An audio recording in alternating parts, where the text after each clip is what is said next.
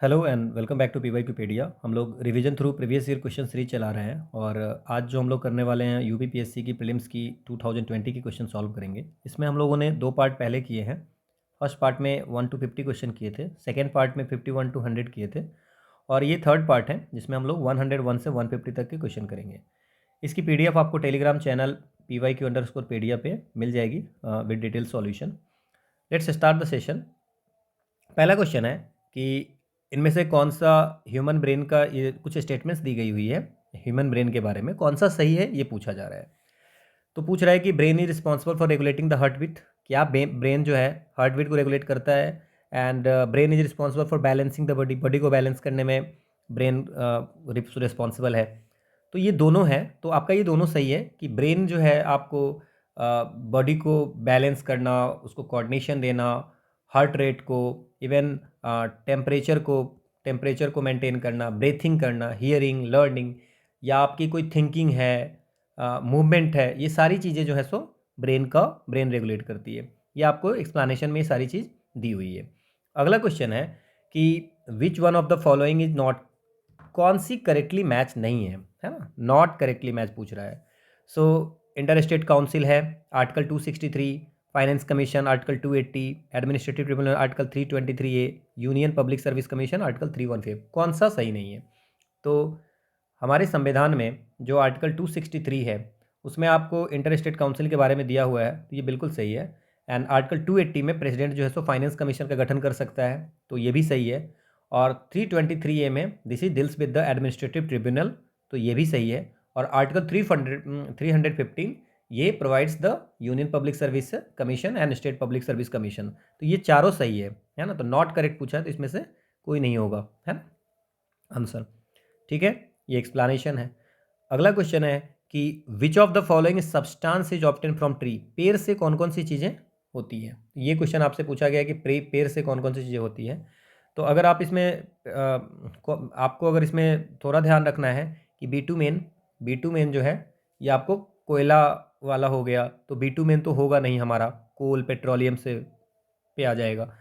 Then टिनिकल जो है ये आपको बोरेक्स का ये बोरेक्स वाले कंपाउंड है। बोरेक्स का नेचुरली जो बोरेक्स ऑप्टे मिलते हैं वो है टिनिकल, तो ये कुछ है नहीं, ये मिनरल वर्सन है, बोरेक्स का मिनरल वर्सन है टिनिकल, तो ये भी नहीं होगा।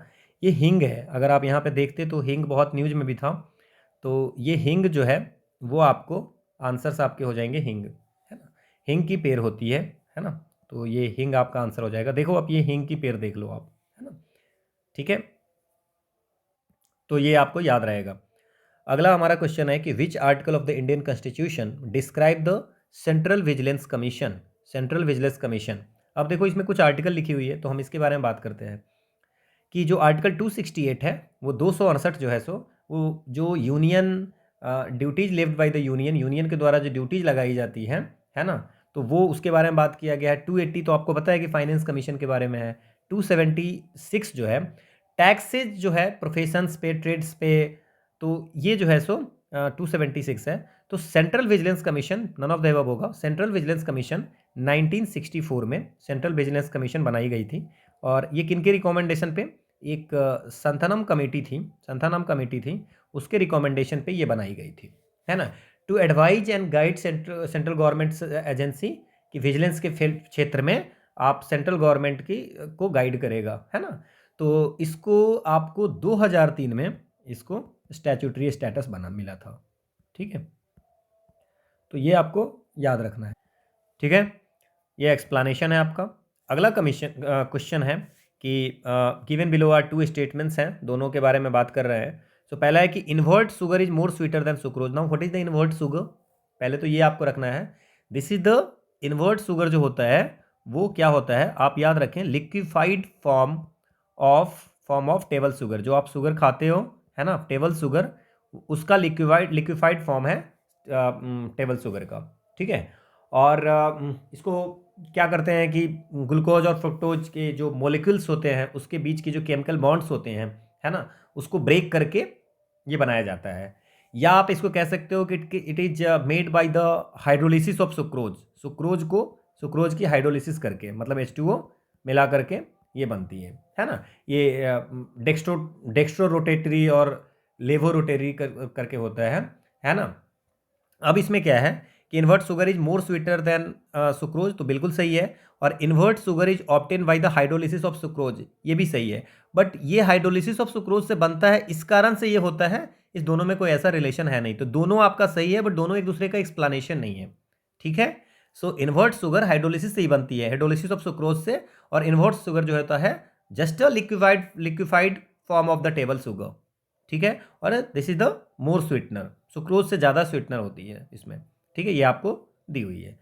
अगला क्वेश्चन है हमारा कि नेशनल विमेन कमीशन के बारे में बताया है कि कौन से चेयरमैन, कौन कौन चेयरमैन रहे हैं। तो दैट्स जो सबसे पहली चेयरमैन रही थी नेशनल विमेन कमीशन की, वो थी जयंती पटनायक, ठीक है। जयंती पटनायक के बाद बनी थी मोहिनी गिरी, मोहिनी गिरी बनी थी। और मोहिनी गिरी के बाद में विभा जी बनी थी, है ना। देन पूर्णिमा जी थी, और फिर गिरिजा व्यास थी। गिरिजा व्यास 2 बार बना था, 2005 से 2011 तक बनी थी। फिर ममता शर्मा भी थी, ममता शर्मा 2011 से 2014 तक की थी। गिरिजा व्यास तो मैंने आपको बता ही दिया कि बनी थी 5 में, 2005 से 8 तक में, 5 से 8 तक। दैट्स नॉट इम्पोर्टेंट, आप इतना याद रखें। जयंती पटनायक, ममता शर्मा, डॉक्टर गिरिजा व्यास और पूर्णिमा आडवाणी, ये सब भी हैं। अभी जो अगर प्रेजेंट में बात करें तो 2018 से लेकर के अभी प्रेजेंट तक रेखा शर्मा जो हैं वो हैं आपको 3 साल की इनकी कार्यकाल होती है, बट एक्सटेंडेड होती है। तो रेखा शर्मा 2018 से 21 तक थी, फिर 21 से आप ये 24 तक तो रहेंगी, ठीक है ना। इसी तरह आपको गिरिजा व्यास जो है 5 से लेकर के 11 तक रही थी। सो आंसर आपका हो जाएगा 1 2 3 4। ओके, क्रोनोलॉजिकल ऑर्डर पूछ रहा है, तो सबसे पहले तो जयंती पटनायक है, तो फर्स्ट सबसे पहले होगा। देन जयंती पटनायक के बाद में आपको आ जाएगा मोहिनी गिरी है, विभा है, देन पूर्णिमा है। तो 1 के बाद 4 हो जाएगी, तो आंसर इज डी। देन फिर आपको ये है गिरिजा व्यास, और गिरिजा व्यास के बाद में जो है सो ममता शर्मा, ठीक है। और ममता शर्मा के बाद में आपको, ममता शर्मा के बाद में 2 आए हैं, एक ललिता जी हैं, ललिता कुमार मंगलम, और देन रेखा शर्मा। अभी जो प्रेजेंट में है वो रेखा शर्मा है, ठीक है। ये आपको सारी दी हुई है। अगला क्वेश्चन है, कुछ मेटल्स दिए हुए हैं और उसकी प्रॉपर्टी के बारे में बात की गई है। तो इससे सोडियम है, मरकरी है, सिल्वर है, लेड है। नाउ इसमें क्वेश्चन है कि अब देखो प्रॉपर्टी क्या है कि गुड कंडक्टर ऑफ इलेक्ट्रिसिटी, तो कौन सी होंगी इसमें गुड कंडक्टर ऑफ इलेक्ट्रिसिटी। तो डेफिनेटली सी जो है, silver is the good conductor of electricity, तो सी का तो 1 होगा, तो ये ऑप्शन तो ऐसे ही गया। इसके बाद अगर बात करें कि लिक्विड एट रूम टेम्परेचर, चलिए आपको अगर नहीं पता है, let's see other poor conductor of heat. अब इसमें से कौन सा पुअर कंडक्टर ऑफ हीट होगा, तो ये डेफिनेटली ये कौन सी होगी, लेड, जो कि पुअर कंडक्टर ऑफ हीट होगी, ठीक है। उसके बाद आपका ये हो गया। और can be easily cut with the knife, किसको आप इजिली कट, तो जो भी अल्कली मेटल होते हैं, अल्कली मेटल जैसे लिथियम हो गया, सोडियम हो गया, पोटाशियम हो गया, इन सबको ये इतने सॉफ्ट होते हैं कि इनको आप नाइफ से काट सकते हैं। तो ए का आपको 4 हो जाएगा, तो आंसर तो ये हो गया आपको। और मरकरी जो है लिक्विड एट रूम टेम्परेचर, तो ये आपका आंसर हो जाएगा, ये एक्सप्लेनेशन है। अगला क्वेश्चन है कि हमारा आर्टिकल 371 जे जो कॉन्स्टिट्यूशन में है वो किसके रिलेटेड है। तो जो 371 है वो है, अगर आप सिंपल बात करें कि 371 की अगर बात करते हैं, तो वो आपको महाराष्ट्र एंड गुजरात के लिए है, महाराष्ट्र और गुजरात के लिए। फिर अगर 371 ए की बात करें तो इट्स अ नागालैंड, ठीक है। बी की अगर बात करें तो ये जो है सो असम। सी की बात करें तो ये मणिपुर। डी की बात करें 371 डी, तो ये आपको आंध्रा एंड तेलंगाना, है ना, आंध्रा एंड तेलंगाना के लिए है। ई की बात अगर करें तो ये आंध्रा में सेंट्रल यूनिवर्सिटी बनाने की बात है। और एफ की अगर बात करें तो सिक्किम है, सिक्किम है। जी की बात करें तो ये मिजोरम है, मिजो है। एच की अगर बात करें तो ये अरुणाचल प्रदेश है, अरुणाचल प्रदेश। आई की बात करें तो गोवा है। और जे की बात करें तो ये हैदराबाद एंड कर्नाटक है।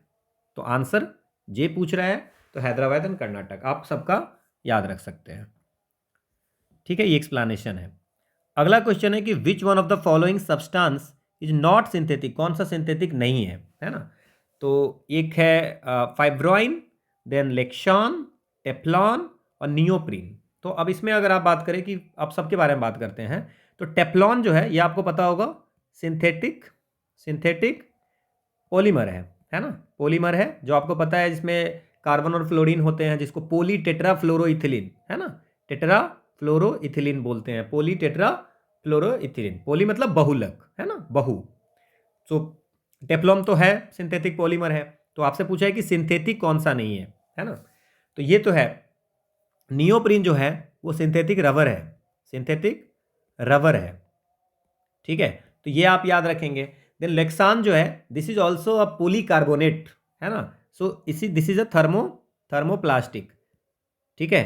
तो ये भी सिंथेटिक है, थर्मोप्लास्टिक है, पॉलीकार्बोनेट इसको बोलते हैं, और ये भी आपको सिंथेटिक है। तो फाइब्रोइन की अगर बारे में बात करें कि फाइब्रोइन क्या है, so this is the protein, ये एक प्रोटीन है एक तरह का, जो कि कहाँ प्रेजेंट होता है, प्रेजेंट इन सिल्क। जितनी भी जो इंसेक्ट के द्वारा silk produce by the insect, तो इंसेक्ट जो सिल्क प्रोड्यूस करती है उसमें ये प्रोटीन होती है जिसका नाम है फाइब्रोइन। तो this is not a synthetic, तो आंसर क्या हो जाएगा, सिंथेटिक, ठीक है। तो ये एक्सप्लेनेशन है। अगला क्वेश्चन है कि हमारे कुछ पार्ट्स दिए हुए हैं, अब आपको सारे पार्ट्स याद रखने हैं कि फंडामेंटल ड्यूटीज की कौन सी करेक्टली मैच नहीं है। सो फंडामेंटल ड्यूटीज जो है आपको 42nd कॉन्स्टिट्यूशनल अमेंडमेंट एक्ट में 42nd कॉन्स्टिट्यूशनल अमेंडमेंट एक्ट में ऐड किया गया था और 4A में किया गया था, दैट्स बिल्कुल, ये तो सही है मिलान। देन स्टेट के बारे में, आपको स्टेट गवर्नमेंट के बारे में आर्टिकल 152 टू 1237 आपको आर्टिकल में स्टेट के बारे में है, तो द आंसर ये भी सही है। Then attorney general of India जो है वो आपको कहाँ पे आएंगे, और इसमें अटॉर्नी जनरल ऑफ इंडिया का, ठीक है, किसमें आएगा, और ये पार्ट जो आपको 13 है वो क्या होगा, पार्ट 13 में अगर बात करें तो इसे 301 आर्टिकल से 307, है ना, ये है। और 301 से 307 जो होगा वो ट्रेड कॉमर्स की बारे में बात है ना, trade and commerce with in the territory of India, तो इसके बारे में बात किया है। देन जो अगर 14 की बात करें तो 14 जो है so services under union and state, तो बिल्कुल ये भी सही है।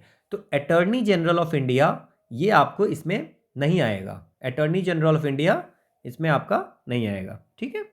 अब आपको कहेंगे कि अटॉर्नी जनरल सर किस में आएगा, तो अटॉर्नी जनरल ऑफ इंडिया जो है यूनियन गवर्नमेंट में आएगा, और यूनियन गवर्नमेंट किस में है, 5 में, 6 में स्टेट गवर्नमेंट है, 5 में यूनियन गवर्नमेंट है। आर्टिकल 52 टू 151 और 76 हमारा अटॉर्नी जनरल का है, तो ये कौन सा आ जाएगा, पार्ट 5 में आ जाएगा। तो ये आपको लिखा हुआ पार्ट 13, तो ये हो गया गलत, और पूछ रहा है नॉट करेक्ट, तो आंसर क्या हो जाएगा, सी, ये एक्सप्लेनेशन है। अगला क्वेश्चन है, कुछ सब्सटेंस है और उसके यूज के बारे में बात किया गया है, तो इसमें अगर एक दो भी पता होगा तो आपका काम चल जाएगा। जैसे जिंक फॉस्फाइड का हम लोग यूज करते हैं, जिंक फॉस्फाइड का, वो रोडेंटीसाइड में, है ना, रोडेंटीसाइड में इसका यूज करते हैं, ठीक है। तो डी का 4 होगा आपका, ठीक है। इसको कृंतकनाशी जिंक फॉस्फाइड का यूज करते हैं हम लोग, है ना। देन सिल्वर आयोडाइड का, आप आर्टिफिशियल रेन में सिल्वर आयोडाइड का यूज होता है, क्लाउड सीडिंग में, है ना, तो ये भी आपको पता होगा, है ना, AgI, है ना। तो ये सी का 1 हो गया, तो आंसर तो आपका ये सी हो गया। नाउ ये क्या है, आपको ब्लू विट्रॉल क्या है, ब्लू विट्रॉल जो होते हैं वो actually crystalline compound of copper sulphate, है ना, CuSO4, ये CuSO4 ट्वाइस 2, ये जो होता है आपको ब्लू विट्रॉल होते हैं। तो इसका जो यूज करते हैं, ये आपको यूज करते हैं इंसेक्टिसाइड और जर्मीसाइड में, है ना, इंसेक्टिसाइड और जर्मीसाइड में। So you can write this is the, और एक आपका बात करें है इयोशिन, है ना। सो इयोशिन जो है सो ये आपको रेड डाई, रेड कलर में, रेड इंक जो होती है उसमें रेड डाई के रूप में यूज होती है इयोशिन की। सो बी का 3, so the answer is C, okay, ये एक्सप्लेनेशन है। अगला क्वेश्चन है कि इसमें सबसे लार्जेस्ट कमेटी कौन सी है। So largest committee of the Indian parliament कौन सी है। देखो, अब अगर हम बात करते हैं पब्लिक अकाउंट कमेटी की, तो इसमें 22 मेंबर होते हैं, है ना, 15 लोकसभा से और 7 राज्यसभा से होती है। देन एस्टीमेट कमेटी में 30 मेंबर होते हैं, जो कि सारे के सारे लोकसभा से होते हैं। और कमेटी ऑन पब्लिक अंडरटेकिंग में अगर बात करें तो 22 लोग होते हैं, इसमें भी 15 लोकसभा से और 7 राज्यसभा से होते हैं। और कमेटी ऑन पेटिशन में 15 मेंबर्स, ठीक है। तो अब आप सबसे लार्जेस्ट अगर बात करें तो एस्टीमेट कमेटी होते हैं, जिसमें 30 मेंबर्स होते हैं, तो आंसर हो गया एस्टीमेट कमेटी, ये एक्सप्लेनेशन है। अगला है कि नीति आयोग ने एक रिपोर्ट दिसंबर 2019 में बनाई थी, sustainable development goal India index 2019-20, उसमें उत्तर प्रदेश को कौन से ग्रुप में डाला गया था। तो पहले तो क्या है कि पहले तो आपको याद रखना है कि जो SDG इंडिया इंडेक्स है, SDG इंडिया इंडेक्स है, वो निकालती कौन है, तो ये नीति आयोग निकालती है, नीति आयोग निकालती है। और इसमें क्या है कि ये क्या मेजर करती है कि जो हमने ये कहा है कि हम एसडीजी गोल को 2030 तक अचीव करेंगे, उसमें प्रोग्रेस बाय द स्टेट और यूटी कितना प्रोग्रेस किया है ना? जो हमारी एम है टू अचीव द गोल 2030 तक एसडीजी गोल को, एसडीजी टारगेट को अचीव करना है, उसमें स्टेट और यूनियन टेरिटरीज कितना प्रोग्रेस किया है। तो इसको हम लोगों ने 4 भाग में बांटा है, एस्पिरेंट, परफॉर्मर, फ्रंट रनर और अचीवर। ठीक है, तो 0 से 49 तक अगर स्कोर आएगा तो आपको एस्पिरेंट बोला जाएगा। 50 to 64 अगर स्कोर आएगा तो उसमें परफॉर्मर बोला जाएगा। 65 to 99 में फ्रंट रनर और अचीवर बोलेंगे। अगर 100 स्कोर हो गया तो आपको अचीवर बोलेंगे। इंडिया में सबसे ज़्यादा जो टॉप पे है वो है केरला, और केरला का स्कोर कितनी है 75, मतलब केरला भी फ्रंट रनर में है। तो अचीवर में इंडिया में कोई नहीं है। और अगर उत्तर प्रदेश की बात करें तो उत्तर प्रदेश का स्कोर 60 था, तो 60 मतलब परफॉर्मर। समझ में आ गया? ये 4 कैटेगरी बांटी हुई है ना, उसके अकॉर्डिंग स्टेट को डाली जाती है। ये एक्सप्लेनेशन है। अगला है कि इंडियन कॉन्स्टिट्यूशन में कौन सी आर्टिकल सिटीजनशिप से रिलेटेड है। देखो 5 से लेकर 11 तक सिटीजनशिप से रिलेटेड है। सिंपल सा क्वेश्चन है ना। 3 से 10 तक, 3 में तो आपको अल्टर स्टेट का नाम वाम चेंज करने वाला है। ठीक है, और 5 से लेकर 11 तक आपका है। जैसे 5 से 11 में citizenship at the commencement of the constitution, right of citizenship, right of certain migrants. तो आप 5 से 11 तक याद रखें। कोई ज़रूरत नहीं है कि आपको सारी याद रखनी है। ठीक है, अगला क्वेश्चन है कि हृदय स्कीम है।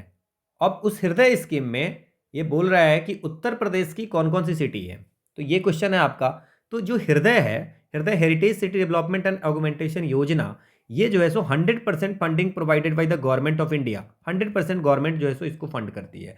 This is the central sector scheme, और ये लॉन्च किया था ministry of housing and urban affairs ने। Ministry of housing urban affairs ने क्यों इसको लॉन्च किया था? Because they want to preserve and rejuvenate the rich cultural heritage of the country. इनका एम था कि जो हमारे कंट्री में जो कंट्री के जो कल्चरल हेरिटेज है, रिच कल्चरल हेरिटेज है, उसको प्रिजर्व करना। और इसमें 12 सिटीज को सिलेक्ट किया गया था। 12 सिटीज में उत्तर प्रदेश की मथुरा एंड वाराणसी 2 सिटी थी। तो इसमें क्या पूछ रहा है कि कौन सी सिटी थी? तो मथुरा एंड वाराणसी। उसके अलावा जो 10 सिटी थी, जैसे आपको अजमेर, अमृतसर, अमरावती, बादामी, द्वारका, गया, वारंगल, पुरी, कांचीपुरम, मथुरा, वाराणसी एंड वेलंकनी, है ना। ये सब कल्चरल टूरिज्म के जगह है ना। अगला क्वेश्चन हमारा है कि एक स्टेटमेंट और रीजन दिया है। अभी सिंपल सा क्वेश्चन है, इसमें बहुत ज़्यादा आपको कॉन्सेप्ट की जरूरत नहीं है। The nature of Indian political system embodies the elements of continuity and change. भारतीय राजनीतिक व्यवस्था की प्रकृति जो है वो हमेशा क्या हो रहा है कि कंटिन्यूटी है और चेंज भी हो रही है। तो ये बिल्कुल सही है, हमेशा चेंज हो रहा है। अब इसका क्या रीजन है कि the Indian political system contains the element of the following political system such as a modern style, the traditional style and saint style. अब ये कहता है कि जो भारतीय हमारी राजनीतिक व्यवस्था है उसमें जो उसकी जो शैली है वो आधुनिक शैली भी है। मतलब कुछ मॉडर्न स्टाइल है, कुछ ट्रेडिशनल भी है और कुछ संत की शैली की भी है, सेंट स्टाइल भी है। इस कारण से इसको बोलते हैं कि कंटिन्यूटी है। मतलब कि ट्रेडिशनल है मतलब कुछ चीज़ें तो चलती जा रही है, मॉडर्न है मतलब कुछ चीज़ें चेंज हो रही है ना। तो ये दोनों एक दूसरे का एक्सप्लेनेशन भी है और ये भी है। तो इसका आंसर ए हो जाएगा। इसमें कोई भी चीज़ें ज़्यादा सोचने की नहीं थी, सिंपल सा क्वेश्चन था। अगला क्वेश्चन है कि what should be the total fertility rate of a population in order to reach the replacement level of fertility. तो पहले तो आपको ये पता होना चाहिए कि टोटल फर्टिलिटी रेट होती क्या है। सो टोटल फर्टिलिटी रेट किसी पॉपुलेशन में होती है कि average number of children that are born to a women over her life time. एक विमेन अपनी पूरी लाइफ टाइम में जितने एवरेज नंबर ऑफ चिल्ड्रेन, मतलब एक वीमेन नहीं, जितनी भी वीमेन है ना, तो एक वीमेन जो है होगी वो एवरेज कितने बच्चों को जन्म देती है पूरे अपने लाइफ टाइम में, वो होती है टोटल फर्टिलिटी रेट पर वीमेन, है ना। एवरेज निकालेंगे, है ना। जितनी वीमेन है, जितने टोटल बच्चे हैं उससे डिवाइड कर देंगे टोटल वीमेन, टोटल बच्चे वीमेन, तो आपको पता चल जाएगा कि एक वीमेन का कितना एवरेज है ना। अब ये तो टोटल फर्टिलिटी रेट हो गया। Now what is the replacement level? Replacement level of fertility, ये एक लेवल ऑफ फर्टिलिटी है जहां पे पॉपुलेशन रिप्लेस कर देगा एक जनरेशन से दूसरे को, है ना। So this is the level of fertility eight which a population exactly replaces, मतलब जैसा है वैसा एकदम रिप्लेस कर देगा अपने आप को एक जनरेशन से अदर जनरेशन में। तो that's a replacement for level fertility, है ना। और इंडिया में अभी जो TFR जो है वो 2.1 रिप्लेसमेंट रेट है।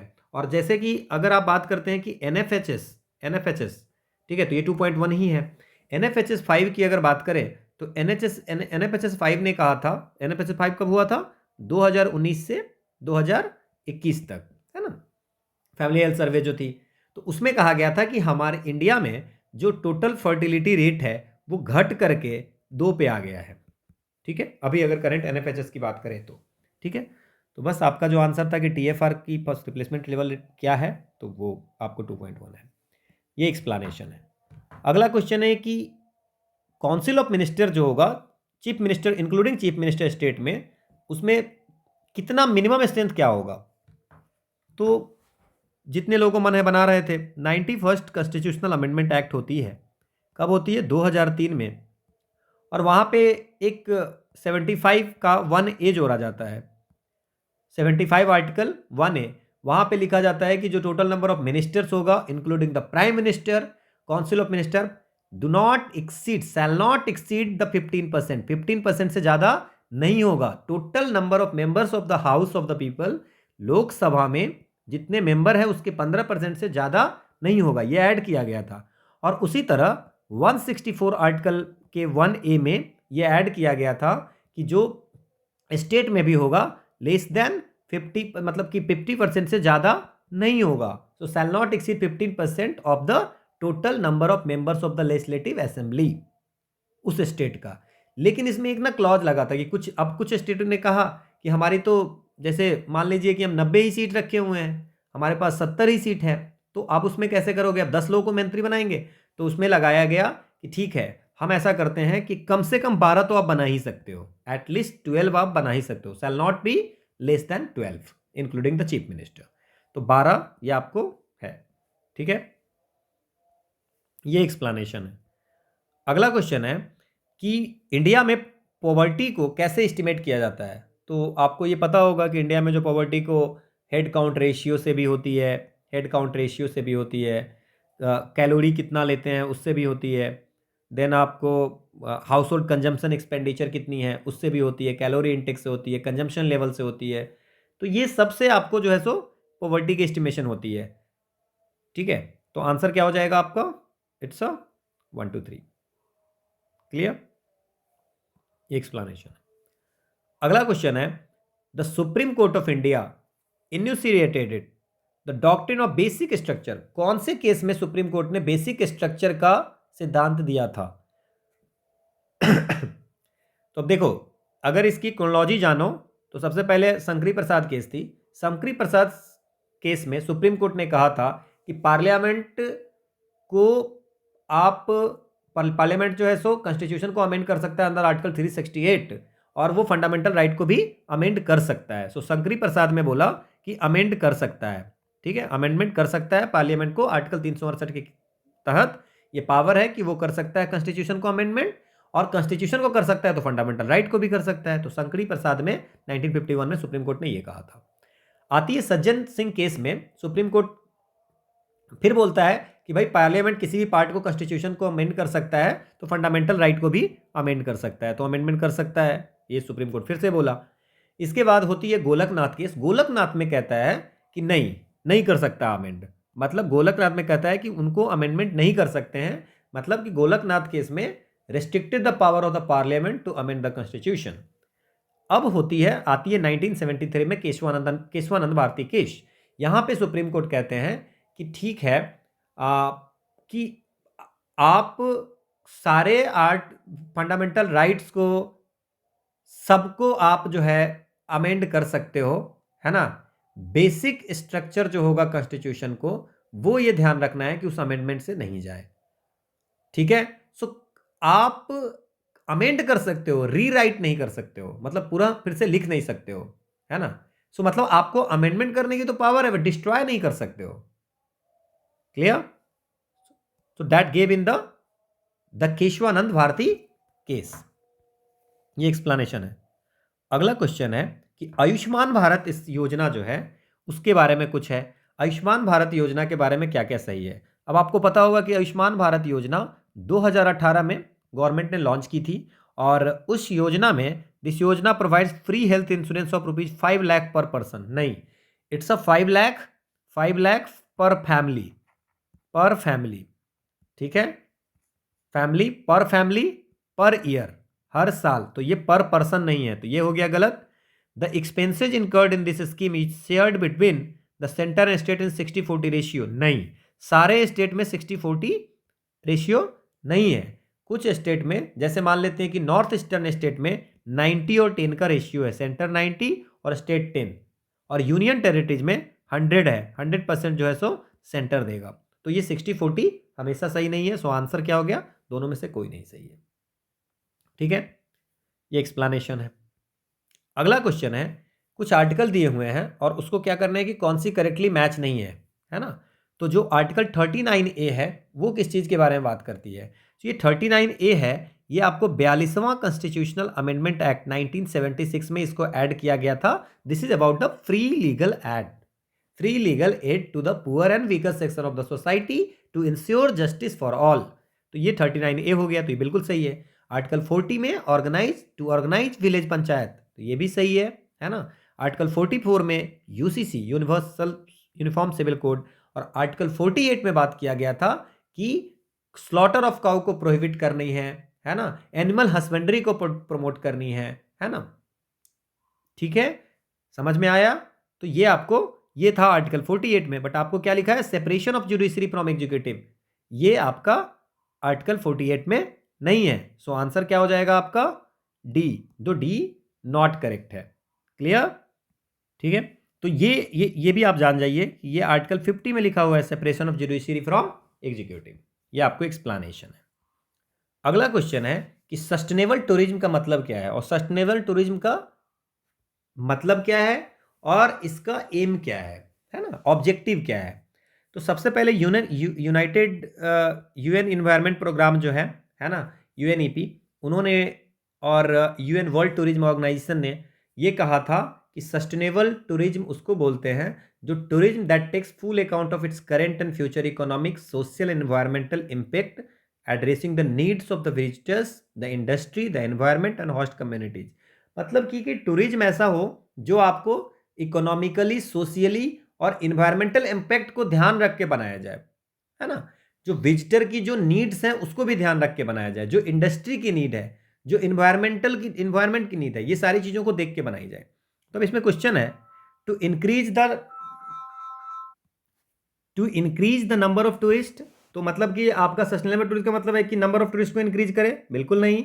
To manage mass scale tourism and small scale travel, ज़्यादा से ज़्यादा टूरिज्म, ये इसको टूरिज्म को मास स्केल टूरिज्म को मैनेज करो, वो नहीं कि वो है to manage tourism and environment while maintaining cultural integrity in ecological process, कि मैं टूरिज्म के साथ साथ इन्वायरमेंट को भी ध्यान रखनी है। तो यही होगा सस्टेनेबल टूरिज्म, बिल्कुल सही है। ये एक्सप्लेनेशन है। अगला क्वेश्चन है कि अटॉर्नी जनरल ऑफ इंडिया के बारे में क्वेश्चन है।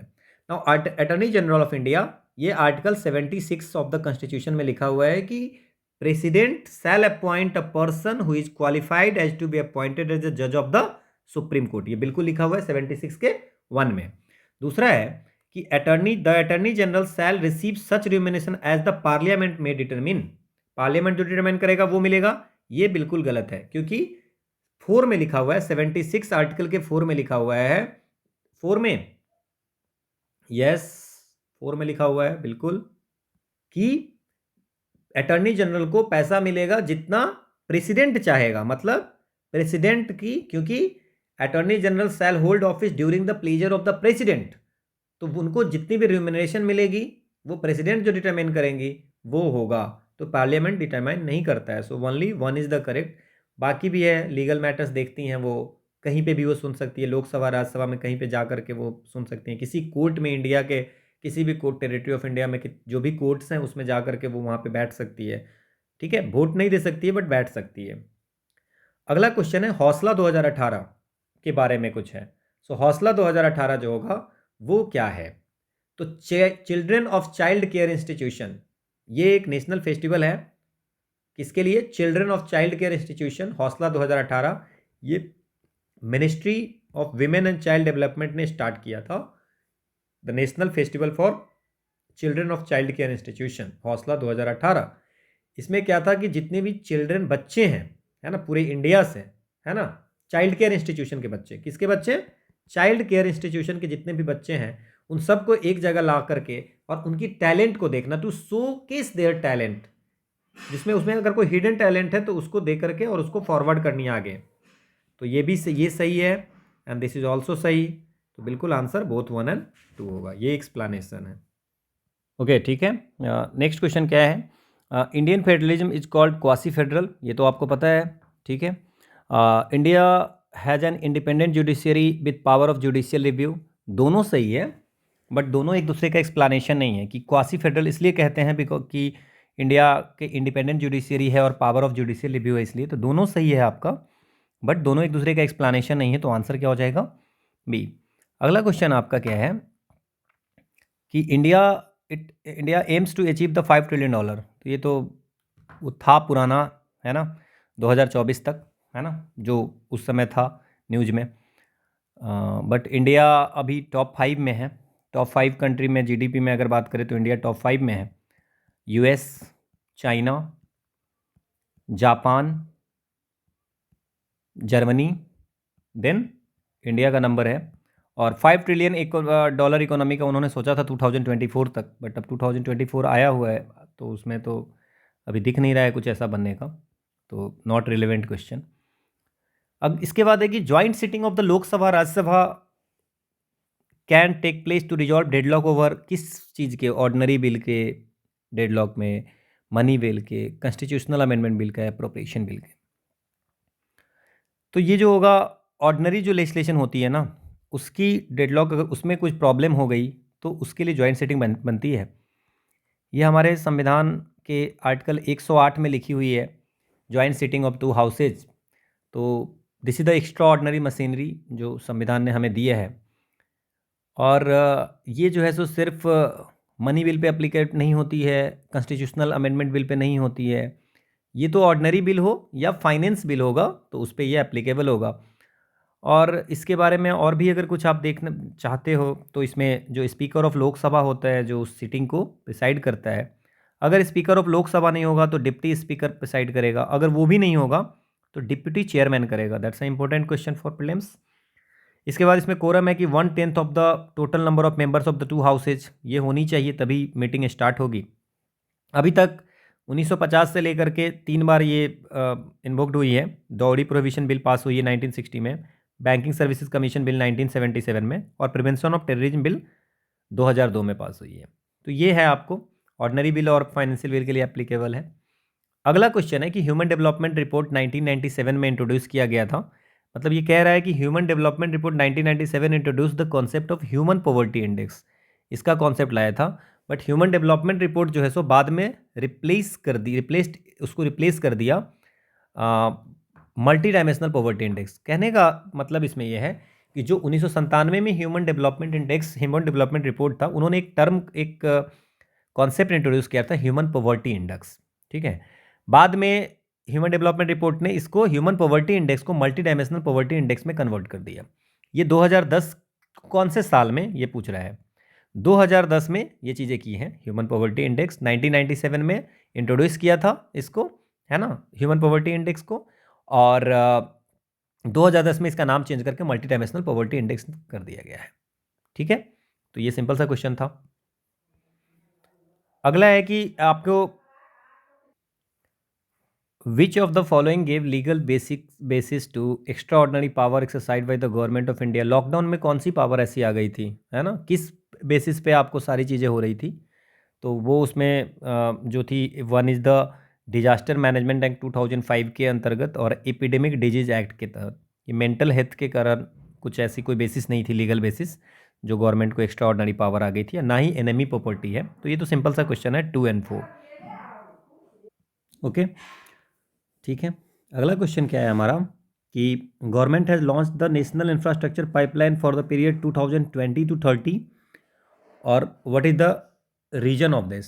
सो जो नेशनल इंफ्रास्ट्रक्चर पाइपलाइन था उसमें ये बात हुई थी कि 100 लाख करोड़ रुपया 100 लाख करोड़ रुपये 100 लाख करोड़ रुपया इंफ्रास्ट्रक्चर पे, किस पे? इंफ्रास्ट्रक्चर के 2020 में आई थी कि 2020 से 2025 तक में खर्च करना है। तो पहला आपका ये गलत हो गया, ठीक है, तो आंसर तो ये हो जाएगा। और दूसरा क्या है कि the objective of NIP to provide equitable access to infrastructure for all, बिल्कुल यही है। टू अब इसमें जो फंडिंग है नेशनल इंफ्रास्ट्रक्चर पाइपलाइन में, उसमें सेंटर का जो पार्ट होता है वो 39%, स्टेट जो देता है वो 39%, और प्राइवेट सेक्टर जो है वो 22। तो ये फंडिंग पैटर्न है। और इसकी जो ऑब्जेक्टिव है, to improve the ease of living, to create the job, to equitable access to infrastructure for all. तो ये चीज़ें हैं। तो इसमें एक चीज़ आप पे दी हुई है तो ये आंसर हो जाएगी। तो रीजन ट्रू है, वैसे सेशन फॉल्स है। ये एक्सप्लेनेशन है। अगला क्वेश्चन है, कुछ आर्टिकल दिया हुआ है और उस आर्टिकल में क्या प्रोविजन है उस पर क्वेश्चन हैं। तो सबसे पहले अगर आर्टिकल 61 की बात करें तो आर्टिकल 61 और ये जो भी प्रोविजन दी हुई है वो रिमूवल के बारे में दी हुई है। तो आर्टिकल 61 कहता है कि आपको procedure for impeachment of the president की इम्पीचमेंट के बारे में है। 67 भी वाइस प्रेसिडेंट को कैसे हटाया जा सकता है, जो कि deputy chairman of vice president का, तो इट्स वाइस प्रेसिडेंट का रिमूवल के बारे में बात किया गया है। आर्टिकल 94 में रिमूवल या रिजिग्नेशन वैकेशन ऑफ स्पीकर और डिप्टी स्पीकर के बारे में दिया हुआ है। और ये आर्टिकल 90 में डिप्टी चेयरमैन के बारे में दिया हुआ है। तो ये आपको ये सारे आर्टिकल्स आपको याद रहने चाहिए। तो आंसर सी, ये एक्सप्लेनेशन है। अगला क्वेश्चन है कि ईज ऑफ डूइंग बिजनेस जो कौन निकालती है? World bank. उसमें 2020 में कौन सा है? तो ये उस समय ईज ऑफ डूइंग बिजनेस 2020 में इंडिया की रैंक 63 थी और 2019 में 77 थी। तो ये दोनों सही था। बट 2020 के बाद 2020 एडिशन के बाद वर्ल्ड बैंक ने ये रिपोर्ट निकालना बंद कर दी है। ठीक है, तो नॉट रिलेवेंट। अगला क्वेश्चन है कि कंस्टिट्यूएंट असेंबली ने नेशनल फ्लैग को कब अडॉप्ट किया था? तो इसमें कुछ डेट दी हुई है, 22 जनवरी, 24 जनवरी, 22 जुलाई 1947, 22 जुलाई 1948। सो नेशनल फ्लैग को इन्होंने 22 जुलाई 1947 को नेशनल फ्लैग को अडॉप्ट किया गया था। इसके बाद अगर आप बात करें जो नेशनल सॉन्ग है, नेशनल, ये भी पूछ सकता है कभी, नेशनल सॉन्ग या जो एंथम है उसको इन्होंने 24 जनवरी 1950 को अडॉप्ट किया था। ठीक है। नेशनल एम्बलम को कब किया था? नेशनल एम्बलम को किया था 26 जनवरी 1950। देन जो नेशनल कैलेंडर है, नेशनल कैलेंडर, उसको अडॉप्ट किया गया था 22 मार्च 1957 से। तो ये कुछ एक्स्ट्रा इन्फॉर्मेशन है, ये एक्सप्लेनेशन में लिखी हुई है। अगला है कि limit of investment for outstanding corporate bond to for foreign portfolio investment in union budget 2020-21 की जो यूनियन बजट थी वहाँ पे एफपीआई को कितना बढ़ा दिया गया था? तो वो उस समय 15% कर दिया गया था फॉरेन पोर्टफोलियो इन्वेस्टमेंट को। अगला है कि in which of the following places the biotechnology park is located in Uttar Pradesh. तो बायोटेक्नोलॉजी पार्क, आपको मैं बता दूं कि टोटल इंडिया में 7 बायोटेक्नोलॉजिकल पार्क है। तो उसमें आपको लखनऊ में भी है आपको। ठीक है, तो ये 7 बायोटेक्नोलॉजी पार्क कहाँ पे हैं? लखनऊ में है, हैदराबाद में है, चेन्नई में है और तमिलनाडु में हो गया। देन फिर एक चेन्नई में 2 है, देन फिर गुवाहाटी में है, फिर कोचीन केरला में है और बेंगलोर में है। ठीक है, यहाँ पे हाई क्वालिटी बेसिक इंफ्रास्ट्रक्चर और high and central equipment facilities करने के लिए और रिसर्च और डेवलपमेंट को बढ़ाने के लिए, है ना, ये आपको national biotechnology park scheme launch की गई थी। इसमें डिफरेंट प्लेसेस पे डिफरेंट स्टेट्स में बायोटेक्नोलॉजी पार्क खोलनी थी। तो 7 बायोटेक्नोलॉजी पार्क की बात हुई थी, तो उसमें एक लखनऊ भी था। अगला है कुछ आपको स्कीम दिया हुआ है, जैसे पीएम जन आरोग्य अभियान, पीएम जय, ये कब लॉन्च हुआ था? तो दिस इज लॉन्च इन 2018। ठीक है, लार्जेस्ट वर्ल्ड्स की लार्जेस्ट हेल्थ इंश्योरेंस है। देन प्रधानमंत्री व्यय वंदन योजना, तो प्रधानमंत्री व्यय वंदन योजना ये 2017 में हुई थी लॉन्च। पीएम रोजगार प्रोत्साहन जो योजना है ये 2016 में लॉन्च हुई थी। तो 2016 में, और स्वच्छ भारत अभियान जो है सो 2014 में। तो ये आपको इसमें कोई भी सही नहीं है, यहाँ पे 2016 होना चाहिए। ठीक है, तो ये आपको याद रखना है। 2 अक्टूबर 2014 को स्वच्छ भारत मिशन लॉन्च की गई थी। ये एक्सप्लेनेशन है। अगला क्वेश्चन है the development monitoring and evaluation office which monitor the progress of long term policies in an attached office under. कौन देखता है कि हमारा जो मॉनिटर करता है कि लॉन्ग टर्म पॉलिसी की जो लॉन्ग टर्म पॉलिसीज है उसको कितनी प्रोग्रेस हुई है, उसको मॉनिटर कौन करता है? तो वो है आपका नीति आयोग। ठीक है। अगला क्वेश्चन है कि which one of the following is not a green house gas found naturally. कोई जो प्राकृतिक रूप से एटमॉस्फेयर में पाया नहीं जाता है। तो आप समझिए कि दो तरह की ग्रीन हाउस गैसेज होती है। वन इज द नेचुरल, एक तो नेचुरल होती है जो ऑलरेडी पाई जाती है प्रकृति में, और एक होती है कि जो ह्यूमन के द्वारा जनरेट होती है, human caused green house gases. तो जो अगर आप नेचुरल की बात करें तो जो आपको कार्बन डाइऑक्साइड है, वाटर वेपर है, ओजोन है, मीथेन है, नाइट्रस ऑक्साइड है, these are the natural gas, natural green house gas. इसमें वाटर वेपर, मीथेन भी है, पैडी फील्ड से निकलती है, ओजोन है, carbon dioxide, these are the natural gases. और जो सिंथेटिक अगर ह्यूमन मेड गैसेज की बात करें तो आपको CFC हो गया, HFC हो गया, देन सल्फर हेक्साफ्लोराइड हो गया। तो ये सारी चीज़ें हो गई जो बर्निंग ऑफ फॉसिल फ्यूल से जनरेट होती है। तो आंसर आपका नाइट्रोजन डाइऑक्साइड हो जाएगी, जो कि नेचुरली एटमॉस्फेयर में नहीं पाया जाता है। ठीक है, ये बर्निंग फॉसिल फ्यूल से पाया जाता है। ठीक है, तो आपको ये समझ में आ गई। नेचुरल में वाटर वेपर भी आ जाएगा, वो भी ग्रीन हाउस गैस है। ये एक्सप्लेनेशन है। अगला क्वेश्चन है कि इसमें से कौन सा सही नहीं है? National pension scheme for retail traders, shopkeeper and self employ person. एक गवर्नमेंट ने एक प्रोग्राम लॉन्च किया था 2019 में। NPS जो है नेशनल पेंशन स्कीम, वो ट्रेडर सेल्फ एम्प्लॉयड पर्सन के लिए। तो इसकी एलिजिबिलिटी क्राइटेरिया थी कि 18 से 40 वर्ष की होनी चाहिए। तो बिल्कुल ये सही है कि 18 से 40 वर्ष की होनी चाहिए। एनुअल टर्नओवर 1.5 करोड़ रुपए से ज़्यादा की नहीं होनी चाहिए। और ये तो पक्की बात है कि नेम से क्लियर है कि रिटेल ट्रेडर्स होना चाहिए, शॉपकीपर हो या सेल्फ एम्प्लॉयड हो। इसके बाद national pension schemes members are also eligible. नहीं, नेशनल पेंशन मतलब कि जो नेशनल पेंशन, जैसे कि अगर गवर्नमेंट जॉब है तो उसको नेशनल पेंशन स्कीम में है, तो जो पहले से है EPS, NPS, ESIC किसी भी में है, वो एप्लीकेबल नहीं है। या अगर कोई इनकम टैक्स पे करता है तो वो भी एप्लीकेबल नहीं होगा। तो नॉट करेक्ट। तो ये ऑल्सो एलिजिबल बोल रहे हैं, so that's a not eligible. It has a monthly minimum assured pension of 3000। बिल्कुल 3000 रुपया मिनिमम है अगर 60 वर्ष पूरा होने के बाद। और अगर आपकी डेथ हो जाती है तो स्पाउस को 50% पेंशन मिलेगी। ठीक है ना, स्पाउस को। ये एक्सप्लेनेशन है। अगला है हमारा निधि स्कीम के बारे में बात किया है। So what is the NIDHI scheme? तो निधि जो है national initiative for developing and harnessing innovation के लिए है। और student to begin startup, student को स्टार्टअप बनाने के लिए की गई है। बिल्कुल, इसके जो बहुत सारे कंपोनेंट हैं उसमें एक कंपोनेंट ये भी है कि स्टूडेंट के स्टार्टअप बनाने के लिए। तो इसमें ये एक प्रोग्राम लॉन्च की गई थी, स्टार्टअप निधि। निधि के बहुत सारे कंपोनेंट हैं, उसमें एक स्टार्टअप निधि है, उसमें 20 स्टूडेंट को सपोर्ट करना है ना, एनुअली, है ना, कि जो अगर उसको कुछ भी स्टार्ट करना है, उसकी आइडिया अगर सही है तो 20 स्टूडेंट को सपोर्ट करने की बात है। तो बिल्कुल it aims to financial support 20 student for startup in each year. तो ये बिल्कुल DST ने स्टार्ट किया था। तो ये दोनों आपको सही है। और इसके बहुत सारी और भी निधि, जैसे प्रयास है, निधि स्टार्टअप स्कीम है, COE है, एक्सलेटर है, तो ये बहुत सारी है। तो DST की द्वारा है। और जो निधि स्टार्टअप है उसमें 20 स्टूडेंट को हर साल एनुअली फाइनेंशियल देनी है, फाइनेंस देनी है। Generally environment can be classified as following category which among the following not a part of. तो इन्वायरमेंट को बांटा गया है कुछ कैटेगरी में। जैसे इन्वायरमेंट को दो, फिजिकल, बायोलॉजिकल और कल्चरल। फिजिकल, बायोलॉजिकल और कल्चरल। तो ऑपरेशनल इन्वायरमेंट में नहीं बांटी गई है। और उस जो physical environment, biological environment, cultural है, फिजिकल में आ गया एटमॉस्फेयर, हाइड्रोस्फीयर, लिथोस्फीयर। बायोलॉजिकल में फ्लोरा, फौना, माइक्रोबिया। और कल्चरल में सोसाइटी, इकोनॉमी और पॉलिटिक्स हो जाएगा। अगला क्वेश्चन है, कुछ असर्शंस और रीजन है, बट ये जो है आपको बजट की क्वेश्चन है, एट दैट टाइम जो क्वेश्चन रही होगी। The union budget 2020-21 has focused on rural development with aim of doubling farmer income. तो ये उस समय सही था।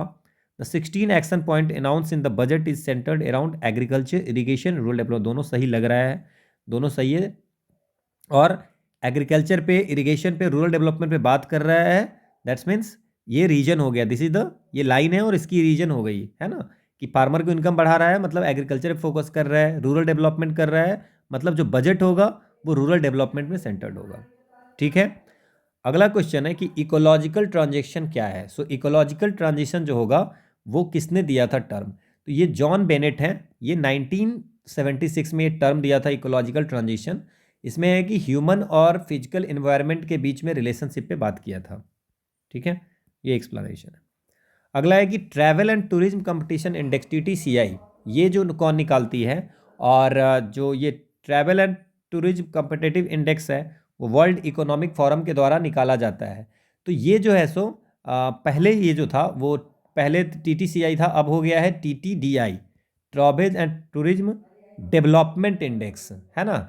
ये आपको ये समझ में, और इंडिया का अगर बात करें कि 54th पोजीशन है ना, 54th पोजीशन। ठीक है, 2019 में 46वां पोजीशन था, अभी इसका 54th पोजीशन है। ठीक है, दोनों नेम है, बस इसकी इवोल्यूशन है ना, TTCI अब TTDI बन गई है ना, ये एक्सप्लेनेशन है।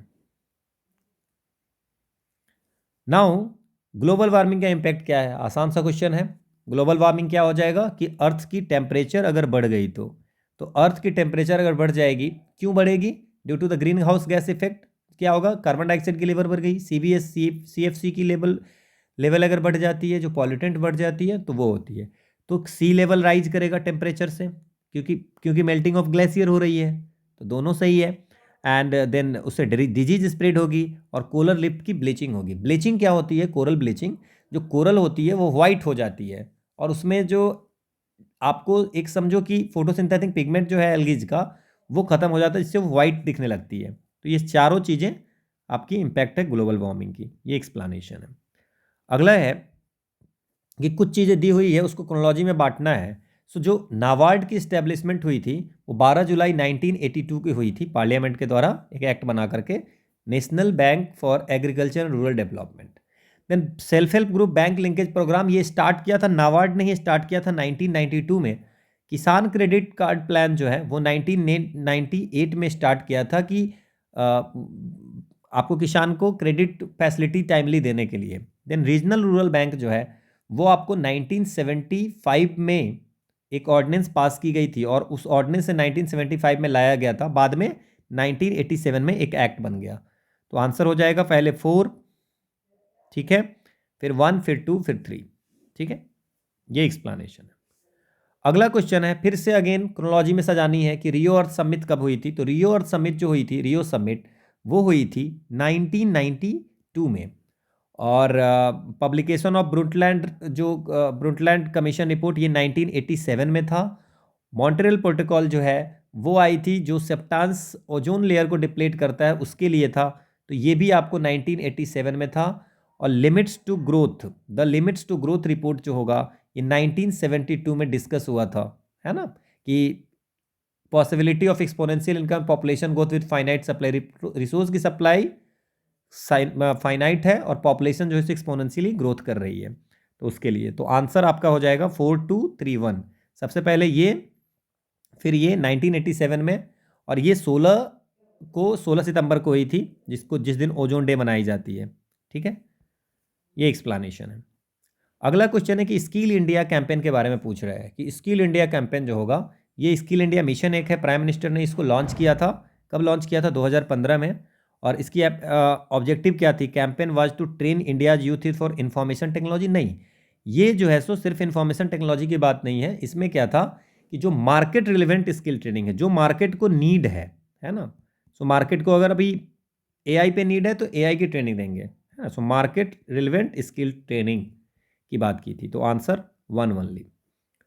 ठीक है, अगला क्वेश्चन है कि national Chambal sanctuary does not fall, कौन सी में नहीं है, कौन सी स्टेट में नहीं पड़ता है। तो नेशनल चंबल सेंचुरी जो है ये आपको 1979 में एक सेंचुरी बनाई गई थी, रिवर के दोनों साइड में, अराउंड 425 किलोमीटर लेंथ है के चारों तरफ बनाई गई थी।